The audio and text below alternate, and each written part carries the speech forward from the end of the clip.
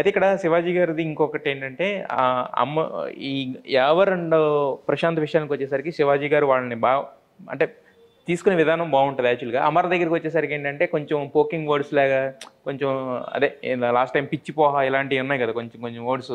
నాగార్జున గారికి ఒక పాయింట్ అలాంటి వర్డ్స్ వలన శివాజీ గారు అలా అనటం వల్ల అమర్‌కి సింపతి వచ్చి ఇంత ఫ్యాన్ బేస్ పెరిగిందనేది కూడా ఒక పాయింట్ ఉంది సార్. దాన్ని మీరు అగ్రీ చేస్తారా? శివాజీ అలా అనడం వల్ల. అలా అనడం వల్ల. మిగతా వాళ్ళనేమో యావర్‌ని వీళ్ళనేమో ఒక రెస్పెక్ట్‌ఫుల్ గానే చూస్తాడు. అంటే మందలించేటప్పుడు మందలించిన మిగతా టైంలో మామూలుగా అంటాడు. యావర్ అంటాడు, ప్రసాద్ అని పిలుస్తాడు. శివాజీకి అర్థం అయిపోయాడు కంప్లీట్ గా, అమర్ని చదివేశాడు. కంప్లీట్లీ అమర్ని చదివేశాడు.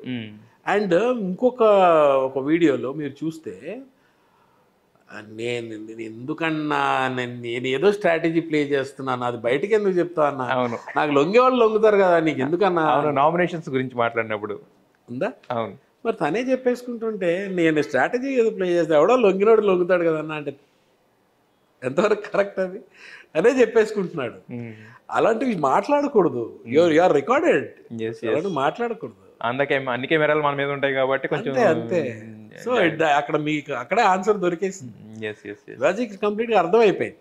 టోటలీ అర్థం. ఇన్ని వారాలు ఉన్నప్పుడు కూడా అర్థం కాకపోతే మనిషి 5 నిమిషాలు మాట్లాడితే మనిషిని అర్థం చేసుకోవచ్చు, కరెక్ట్ గా అబ్జర్వ్ చేయగలిగితే. అలాంటిది ఇన్ని వారాలు ఉండి అంత ఎక్స్పీరియన్స్డ్ పర్సన్ ఎందుకు తెలియకుండా ఉంటుంది ఎవరేంటో? శివాజీకి అర్థం అయిపోయింది. అయితే ఇంకా ఈ ఫౌల్ గేమ్స్కి వచ్చేసరికి మీరు ఆల్రెడీ ఒక వీక్ పెట్టారు. దాని తర్వాత కూడా ఈవెన్ లాస్ట్ వీక్లో కూడా మళ్ళీ ఇంకో ఫౌల్ గేమ్ జరిగింది. ఏది మనోడు పక్కన చూస్తూ గౌతమ్ దాంట్లో చూసి రాయడం అనేది. సో అది దాన్ని అంటే బిగ్ బాస్ టీం కూడా బేసిక్గా ఫౌల్ అనేది చాలా పెద్ద ఇది కదా బిగ్ బాస్లో. మరి దాన్ని అంటే వాళ్ళు అంత కామెడీగా దాన్ని ఎలా పోర్ట్రే చేస్తున్నారు అనేది కూడా జనాలకు ఒక క్వశ్చన్ ఉంది యాక్చువల్గా. దాన్ని అంత కామెడీగా తీసుకుంటున్నారు యాక్చువల్గా. దాన్ని కూడా నాగార్జున గారు కూడా నవ్వుతూ చూపించడం, అమర్ కూడా సార్ ఈ ఒక్కసారికి సార్ అదే కదా నేను క్వశ్చన్, ఇప్పుడు జనాలు క్వశ్చన్ చేసేది అదే కదా. బట్ ఇప్పుడు కామెడీ అంటే దాన్ని కామెడీగా చూస్తానంటే ఎంటర్టైనింగ్ వేలో ప్యాకేజ్ చేస్తున్నారా లేకపోతే అది ఎలా తీసుకుంటున్నారు అనేది ఒక కన్ఫ్యూజన్ ఉంది జనాలు. బ్రదర్, బిగ్ బాస్ షోలో మిమ్మల్ని దేవుడిలా చూపించాలంటే వాళ్ళ చేతిలో ఉంది. కంటెంట్ మొత్తం వాళ్ళ చేతిలో ఉంటుంది కాబట్టి మిమ్మల్ని విలన్ చేసేయాలంటే వాళ్ళ చేతిలో ఉంది. మిమ్మల్ని ఎందుకు పనికిరాని వాడుగా పోర్ట్రే చేయాలంటే వాళ్ళ చేతిలో ఉంటుంది. మీరు ది బెస్ట్, మీరు సూపర్ స్టార్ అని చూపించాలంటే వాళ్ళ చేతిలో. Everything is in their hands. వాళ్ళు చేసే ఎడిటింగ్లో ఉంటుంది, వాళ్ళు తీసుకునే కంటెంట్లో ఉంటుంది. ఎక్కడ పాయింట్ తీసుకుని ఎక్కడ కట్ చేసి ఎక్కడికి లింక్ చేయాలో వాళ్ళ చేతిలో ఉంటుంది.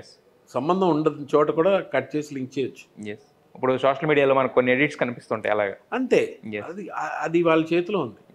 So it is all in their hands.